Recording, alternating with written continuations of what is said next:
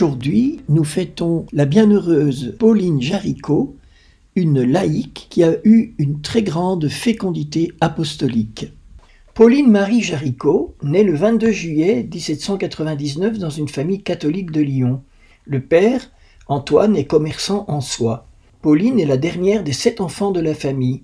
Elle est baptisée le jour de sa naissance dans la paroisse de Saint-Nizier. En grandissant, les qualités de Pauline se manifestent. Elle est joyeuse, dynamique, mais aussi obstinée, et comme elle le dira plus tard, avec exagération, violente et paresseuse. Elle est très attachée à son frère Philéas qui veut devenir missionnaire en Chine. Elle forme le projet de le suivre pour s'occuper des pauvres et des malades. Elle fait sa première communion à l'âge de 13 ans. Adolescente, Pauline est tiraillée entre une vie mondaine où sa beauté a du succès et une vie de prière. Elle est attirée par l'adoration eucharistique et par la Vierge. Mais un accident va bouleverser toute sa vie. Pauline, âgée de 15 ans, fait une chute dans la maison familiale. Elle tombe d'un tabouret sur lequel elle était montée. Les conséquences sont graves. Le système nerveux semble atteint, elle a des difficultés pour parler et bouger ses membres. Jeanne, la maman, est très inquiète. Elle redouble de tendresse pour sa fille blessée, mais tombe elle-même malade. Lorsque son fils aîné, Narcisse, meurt prématurément à 21 ans, Jeanne le suit rapidement dans la tombe. On n'ose pas annoncer à Pauline le décès de sa mère. Pauline décide alors de demander le sacrement de réconciliation dans sa paroisse. Elle reçoit ensuite le corps et le sang du Christ. À travers ces 2 sacrements, elle reçoit une force extraordinaire. Elle est profondément changée. Peu à peu, elle retrouve l'usage de ses membres. Comme elle va mieux, on lui annonce la mort de sa maman. Elle répond qu'elle l'avait deviné. Ayant retrouvé la santé, Pauline se rend dans la basilique Notre-Dame de Fourvière, important sanctuaire lyonnais qui surplombe la ville. Là, elle entend un sermon de l'abbé Wurtz sur la vanité qui change sa vie. Elle se confesse, fait un vœu privé de chasteté, abandonne ses bijoux et décide de consacrer sa vie comme laïque célibataire aux pauvres et aux malades.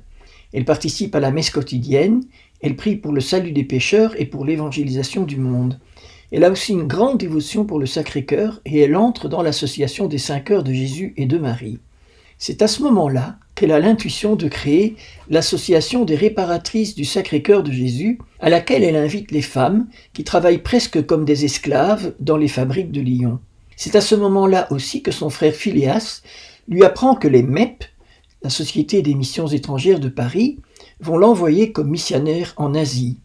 Elle lui demande si elle peut trouver de l'aide financière pour sa mission. Pauline a alors une idée qui va s'avérer géniale. Elle demande à toutes les femmes membres de l'association des réparatrices de trouver chacune 10 nouvelles adhérentes et que chacune s'engage à prier et à donner 1 centime par semaine pour l'évangélisation du monde. Elle organise le système en nommant des chefs de dizaines, de centaines et de milliers. Les chefs de dizaines recueillent l'argent des 10 membres de leur cellule. Les chefs de centaines, l'argent des 10 chefs de dizaines dont ils ont la charge, et ainsi de suite. L'argent récolté est envoyé dans les missions. C'est ainsi qu'est créée la Société pour la propagation de la foi, qui a rapidement pris de l'extension en dehors de la France pour devenir mondiale. En 1922, le pape Pie XI a transformé la Société en œuvre pontificale de la propagation de la foi, en plein respect de l'intuition de Pauline, qui l'admirait beaucoup. En 1825, Pauline crée une nouvelle association basée sur le même principe. C'est le Rosaire vivant. Cette fois, elle rassemble les personnes en groupe de 15, car il y a 15 mystères dans le Rosaire. Chaque personne du groupe s'engage chaque jour à prier une dizaine et à méditer sur un mystère. De cette manière, le Rosaire entier est récité tous les jours et tous les mystères sont médités dans chaque groupe, car chacun de ces 15 membres reçoit un mystère différent à méditer pendant 1 mois. C'est de nouveau un succès planétaire. Le Rosaire vivant se répand rapidement dans le monde entier. Le désir de Pauline est que le Rosaire devienne la prière continue de l'Église pour les missions. Un point intéressant. Pauline ne reste pas longtemps à la tête des œuvres qu'elle fonde. Vite, elle passe la main. Elle écrit « Ma vocation n'est pas de me fixer à tel point sur une œuvre que je n'en puisse oublier le reste. Je veux demeurer libre d'aller où les besoins sont les plus grands. » La fécondité spirituelle de Pauline est sans aucun doute liée à cette humilité qu'elle a de s'effacer. C'est une qualité très rare chez les fondateurs. Après le succès de la Société pour la propagation de la foi et celui du Rosaire, Pauline se lance dans une 3e initiative avec un but social. Elle veut aider les ouvriers. Elle crée d'abord une banque avec des prêts sans intérêt, puis une entreprise industrielle. Mais cette dernière échoue à cause de quelques escrocs. Cette faillite est l'ultime croix de sa vie. Elle est réduite à une pauvreté telle qu'elle doit s'inscrire sur la liste des pauvres de la ville de Lyon pour recevoir de quoi manger. Elle meurt le 9 janvier 1862 dans une totale pauvreté, déconsidérée et abandonnée de tous.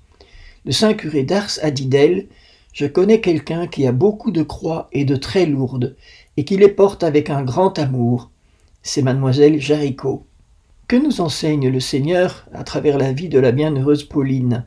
D'abord, me semble-t-il, l'importance de la place des laïcs dans l'Église. Pauline est restée laïque et c'était aussi une femme dans un temps où les femmes n'avaient pas vraiment acquis l'égalité avec les hommes. Pourtant, elle a eu une fécondité extraordinaire. Elle nous montre un exemple de laïque missionnaire avec une inventivité sans cesse aux aguets. Elle ne peut pas aller en terre de mission, comme son frère. Elle organise une chaîne de solidarité missionnaire, puis une chaîne de prière missionnaire. Pauline nous montre que l'évangélisation est à portée de tous et qu'il y a beaucoup de manières d'évangéliser, le partage financier, la prière, la charité pour les pauvres et l'annonce explicite. Un deuxième point que je voudrais souligner, c'est l'humilité de Pauline. Elle en est un exemple magnifique. Elle ne s'est accrochée à aucune de ses créations missionnaires, elle les a offertes à l'Église et elle s'est effacée. Elle est morte déconsidérée, mais son humilité lui a ouvert les portes du ciel. Nous pouvons la prier pour recevoir ce don de l'humilité qui est un cadeau merveilleux.